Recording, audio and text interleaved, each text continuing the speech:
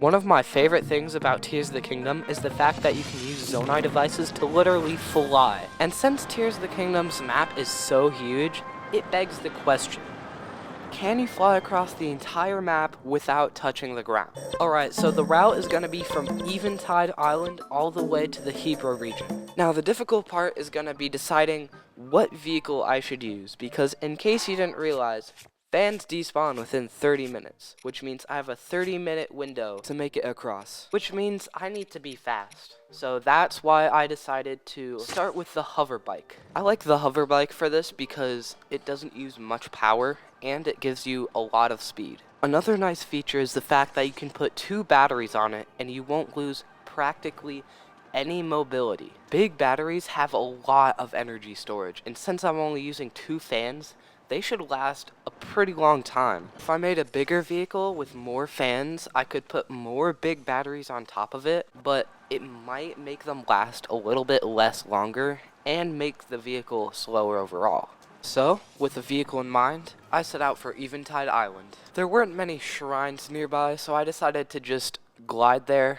It took a little bit longer than I was hoping, but I made it there. On the way to the top of the island, I spotted this group of monsters that I needed to take out before making it, but I just ended up dying. I swear I'm not bad at this game.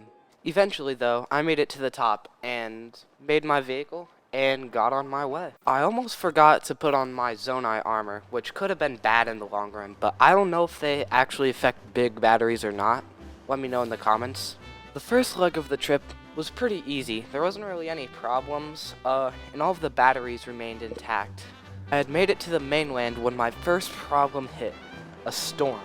Alright, so this wasn't really too much of an issue, but it did make me want to go up so I could go above the storm. Eventually though, I made it to clear skies. Okay, so far this journey was going pretty great, but I still had quite a long ways to go. It was also around here when my first battery got depleted. This made it a bit tricky to keep balance, but with enough work, it was possible. For a while, everything was going great. Since I wasn't heading straight up, I was traveling a bit faster. But, hold on. Do you see that thing in the distance? Well, that thing could be a very big problem, because it can actually kick me off if it hits me. This is when I started to panic, because there wasn't anything I could do except to avoid his attacks. That's when I remembered that Yonobo's Sage ability can actually be deployed when you're on a vehicle. And since these enemies are one-shot, all I needed to do was hit him once. However, this proved to be extremely tricky to aim. I tried so many times to hit him, but it wouldn't work. And on top of that, Yonobo takes ages to come back because he has to hit the floor before he can bounce back.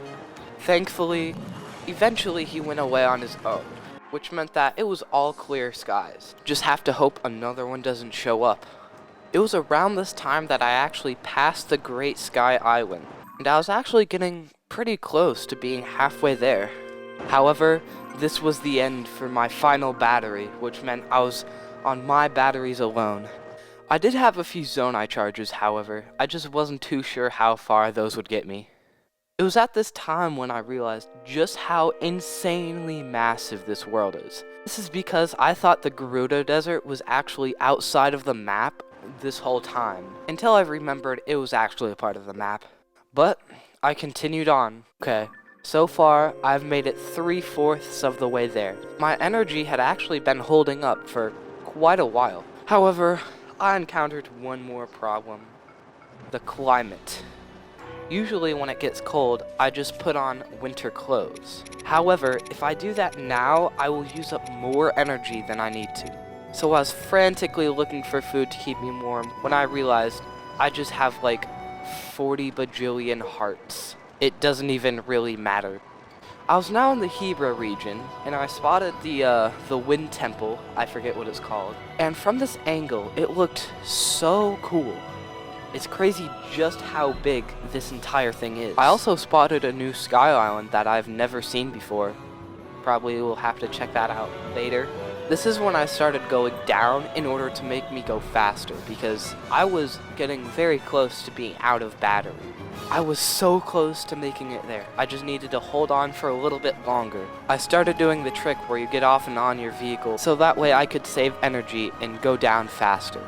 I was going down fast. I'd entered like a winter storm, and eventually I just fell off.